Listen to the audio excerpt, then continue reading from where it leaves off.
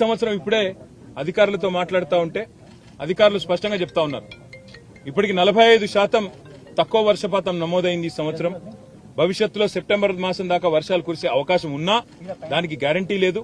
కాబట్టి పంపింగ్ అనేది ఇంకా మేము నిర్ణయం తీసుకోలేదు అని అధికారులు చెప్తా ఉన్నారు. ఇన్నరా పంపులతోని నీళ్లు ఎత్తిపోసే నిర్ణయం ఇంకా తీసుకోలేదని ఆఫీసర్లు అంటున్నారని car party leader KTR sir అనుకొచ్చిండు.